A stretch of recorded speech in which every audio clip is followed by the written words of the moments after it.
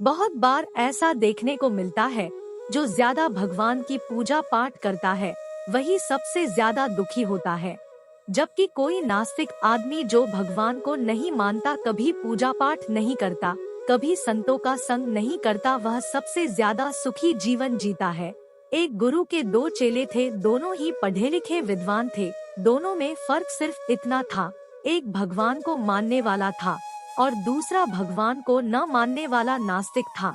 एक ऐसा था जहाँ पर भगवान की कथा होती थी, जहाँ सत्संग होता था, जहाँ भजन होता, वहाँ दौड़ के चला जाता और भगवान की पूजा पाठ करने लगता। दूसरा शिष्य इन सब चीजों से काफी दूर था। वह शराब पान भी करता था। सारी बुरी आदतें दूसरे शिष्य में थी। एक दिन क्या हुआ, एक शिष्य शराब पीकर अनाप शनाप बोलते हुए रास्ते में पैदल चलते हुए अपने घर को जा रहा था। अचानक उसको रास्ते में पैसों से भरा एक बैग मिल जाता है। उसकी खुशी का ठिकाना नहीं, वह जोर जोर से चिल्लाते हुए सबको बताता, मुझे आज पैसों से भरी बैग की थैली मिल गई, मेरा जीवन सफल हो गया, इन पैसों से अपने जीवन की आवश्यकताओं की पूर्ति करूंगा।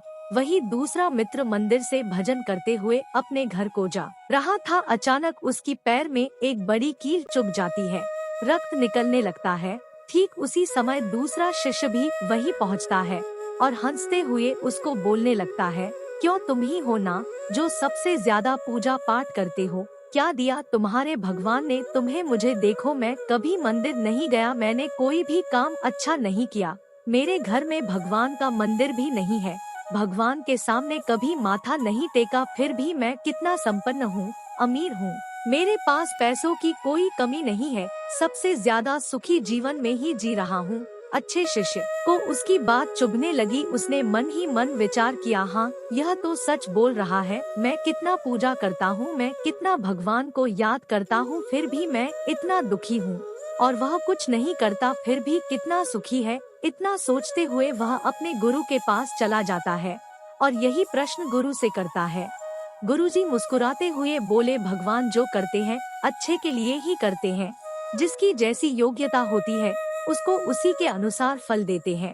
अब तुम्हारे प्रश्नों का उत्तर तुम जानते हो, भगवान ने तुम्हारे पैर में कील क्यों चुभाई और उसको पैसों से भरी हुई बैग क्यों मिली? सुनो, तुमने पिछले जन्म में बहुत पाप किया था, इसलिए तुम्हारी आज मौत होने वाली थी, तुम बच गए क्योंकि तुम मंदिर गए थे, तुमने भगवान की पूजा की थी, यही एक कारण है कि तुम्हारी मौत न होकर सिर्फ एक कील चुभी। अब तुम्हारे मित्र की बात करते हैं।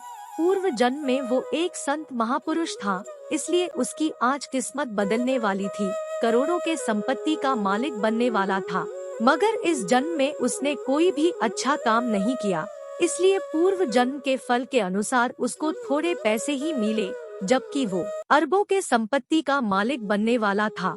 भगवान को दोष देना छोड़ दो, अपने वर्तमान के समय का सदुपयोग करो, भविष्य अपने आप सुधर जाएगा।